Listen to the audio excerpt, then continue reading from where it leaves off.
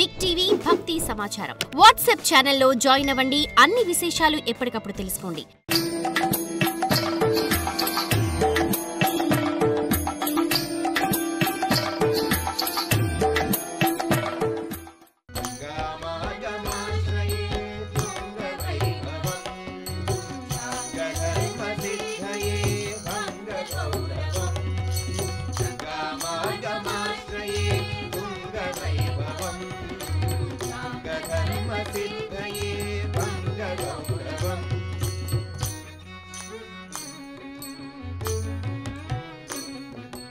అథ ద్విధా నిశ్రుతం బహువిధ క్షేత్రగం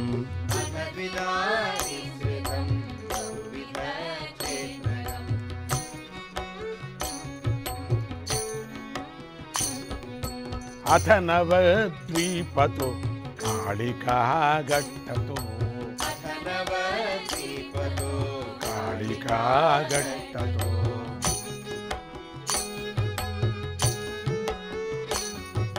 బహువిధ వ్యాప్తితో సాగరే సంగతం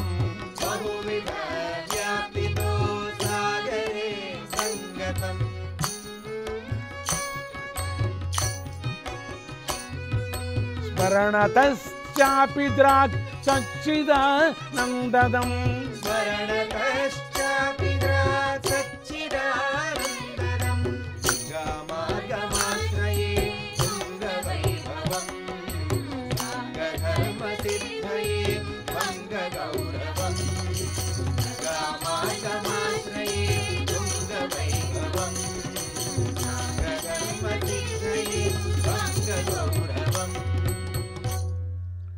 స్తోత్రాలు పూర్తి అయిన తర్వాత అష్టవసువులలో ఒకడైన వసువు గంగాదేవిని ఇలా ప్రార్థించాడు. అమ్మ, మా ప్రార్థనను అంగీకరించినందుకు చాలా సంతోషం. నిజంగా నీకు ఉపకారం చేయాలని ఉంటే మేము పుట్టిన వెంటనే మమ్మల్ని గంగలో పడేశాయి. ఆ విధంగానైనా మేము భూలోకంలో ఎక్కువ కాలం ఉండే బాధను తప్పించుకుంటాం, త్వరగా మా లోకానికి చేరుకుంటాం అని ప్రార్థించారు. వారు చేసిన ఈ ప్రార్థనకు కూడా గంగాదేవి అంగీకరించింది. వసువుల్లారా, మీలో ఒక్క కుమారుడు మాత్రం దీర్ఘాయుష్మంతుడై వర్ధిల్లాలని నేను కోరుకుంటున్నాను అన్నది. వసువులందరూ అంగీకరించి, అమ్మ, మా అందరి తేజోభాగాల 4వ అంశను గ్రహించి 8వ వసువుకు మేము దారవస్తాం. దానితో అతడు చిరకాలం జీవించి అతడి చరిత్ర ముల్లోకాలను వ్యాపిస్తుంది అని వసువులు తెలిపారు. తర్వాత గంగాదేవి వసువులు తమ తమ స్థానాలకు చేరి భూలోకంలో అవతరించడానికి సరైన సమయం కోసం ఎదురు చూడసాగారు. కొంతకాలానికి ప్రతీప మహారాజు గంగానదీ తీరంలో తీవ్రమైన తపస్సు ప్రారంభించాడు. ఆ సమయంలో గంగాదేవి సుందర స్త్రీ రూపాన్ని ధరించి నేరుగా వచ్చి ప్రతీపుడి కుడి తొడపై కూర్చుంది. ప్రతీపుడు ధ్యానం చాలించి గంగాదేవిని నువ్వెవరు అనే ప్రశ్నించాడు. అందుకు గంగ, నేను జాన్హు మహర్షి కూతుర్ని. నువ్వు ఇంద్రుడితో సమానంగా ఉన్నావు, నన్ను పెళ్లి చేసుకోవని కోరింది. ప్రతీపుడు ఇలా అన్నాడు, ఓ జాహ్నవి, ఒడిలో కుడిభాగం కొడుకులకు కోడళ్లకు మాత్రమే ఉపయోగపడేది. అది ధర్మాసనం. భార్యలు ఎడమ తొడపైనే కూర్చోవాలి. కానీ నువ్వు అలా చేయలేదు. అందువల్ల నువ్వు నా పుత్రుడికే భార్య కావలసి ఉన్నది. నేను అధర్మ మార్గంలో నడవలేను. నా కోరిక మన్నించి నా కొడుకైన శంతనుడికి నువ్వు భార్యవు కాగలవు అన్నాడు. గంగ అందుకు అంగీకరించింది. ఇది జరిగిన కొంతకాలానికి ప్రతీపుడు రాజ్యాన్ని శంతనుడికి అప్పగించి తపస్సుకై అడవులకు వెళ్ళిపోయాడు.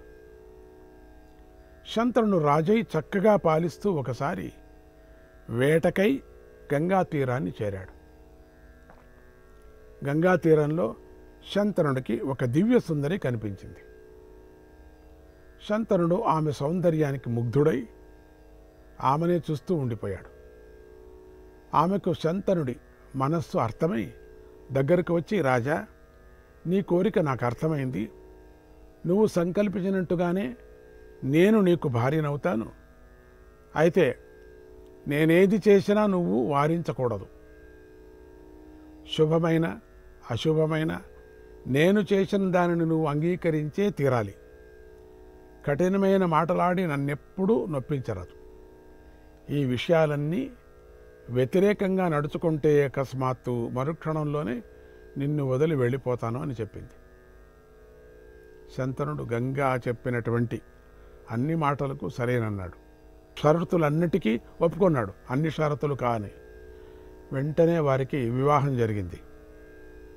కాలం ఆగదు కదా, సంవత్సరాలు క్షణాల్లాగా గడిచిపోయాయి. గంగాదేవికి 7 పుత్రులు పుట్టారు. పుట్టగానే గంగ ఆ పసికందుల్ని తీసుకువెళ్ళి గంగలో నదిలో పడేసింది. పైగా, ఓ రాజా, మీకు మంచి జరగాలనే నేను ఇలా చేస్తున్నాను అని చెప్పింది. చంద్రుడు ఏమైనా అంటే విడిచి వెళ్ళిపోతుందేమో అని భయంతో ఏమీ మాట్లాడలేక లోపలే కుమిలి కృషించిపోయాడు. తర్వాత కొంతకాలానికి 8వ కొడుకు పుట్టాడు. గంగాదేవి ఆ పిల్లవాడిని తీసుకొని గంగ వైపు అడుగులు వేయసాగింది. గంగలో పడేయబోయింది. ఆ దృశ్యాన్ని చూసి శంతనుడు సహించలేకపోయాడు. ఆమెకు అడ్డం పడి, అసలు నువ్వెవరివి? ఎందుకింత ఘోరాలు చేస్తున్నావు? ఎవరి కోసం చేస్తున్నావు? పుట్టిన 7 పసిపిల్లలను గంగపాలు చేశావు. ఇప్పుడు ఏ పాపము తెలియనటువంటి ఈ పసిగుడ్డును కూడా చంపాలని చూస్తున్నావు. చంపడానికి నీకు మనస్సేలా వచ్చింది అని చాలా కోపంగా మాట్లాడాడు. ఆమె ఏమీ చెక్క చెదరకుండా నవ్వుతూ ఇలా అంది, ఓ మహారాజా, నేను మీ మాటను జవదాటి ఎప్పుడు ఈ పిల్లవాడిని చంపాలనుకోవటం లేదు. ఇప్పుడు నేను చంపాలనుకోలేదు. ఈ రోజు నుంచి మీరు మంచి పుత్రులను కన్నవారిలో మొదటి వారవుతారు. ఇక నా సంగతికి వస్తే, మన ఒప్పంద ప్రకారం నాకు మీ సన్నిధిలో ఉండే కాలం పూర్తి అయిపోయింది. మీరు మన నియమాన్ని ఉల్లంఘించి నా వివరాలు అడిగారు కదా, చెబుతున్నాను వినండి. నేను జాహ్నవీదేవిని, మహామునింద్రులు నిత్యము సేవించే గంగాదేవిని. నేను సామాన్యురాలిని కాదు. ఒక దేవకార్యార్థమే కొంతకాలం నీతో కలిసి ఉండవలసి వచ్చింది. ఇది ఒక దేవుడి కార్యం కోసం. ఈ క్షణంతో మన సాంగత్యం పూర్తి అయిపోయింది. వశిష్ఠ మహర్షి శాపం వల్ల అష్టవసువులు భూలోకంలో జన్మించవలసి వచ్చింది.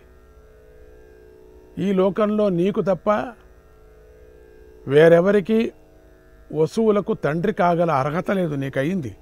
నీ యోగం నువ్వు. నీ పూర్వం జ్ఞాపకం చేసుకో, వైకుంఠానికే వెళ్ళేవాడివి అనే విధంగా ఇప్పుడు చెప్పదు, మనం అది జ్ఞాపకం చేసుకుందాం. తల్లి అయ్యేటువంటి మహత్వం నాకు తప్ప మరెవరికీ లేదు. వసువులకి తల్లి అయ్యే యోగం నాకు నీకే దక్కింది, ఆ పిల్లలకి. అందువల్ల నేను ఈ శ్రీరూపాన్ని ధరించి వచ్చాను. వసువులకు తండ్రివైన నీకు అక్షయ పుణ్యలోకాలు కలుగుతాయి. వసువుల కోరిక మేరకే నేను ఇన్ని రోజులు వారిని గంగలో పడేస్తూ వచ్చాను. వాళ్ళు కోరుకున్నారు కాబట్టి చేశా. చివరి కొడుకు మాత్రం దీర్ఘాయుష్మంతుడు కావాలని కోరుకున్నాను. ఇది నేను కోరుకున్నా. వాడే ఈ పిల్లవాడు. వసువులకు శాప విమోచనం కలిగింది. మీకు ఇక అంతా మంచే జరుగుతుంది. నేను ఇక దేవలోకానికి వెళ్ళిపోతున్నాను.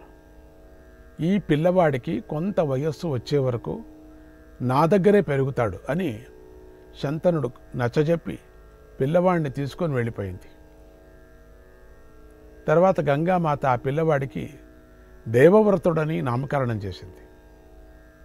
ఇది భీష్ముడి అసలు పేరు. గంగ పుత్రుడు అవ్వటం వల్ల గాంగేయుడు అని శంతన కుమారుడు అవటం వల్ల శాంతనుడు అని కూడా భీష్ముడి పేర్లు వచ్చాయి.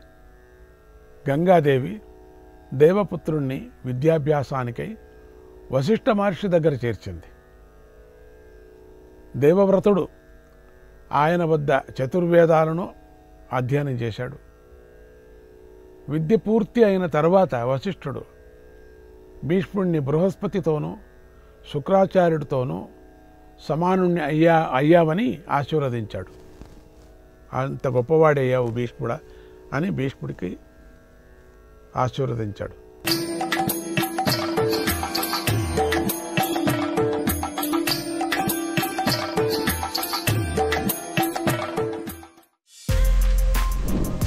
For more videos like this, subscribe Big TV channel.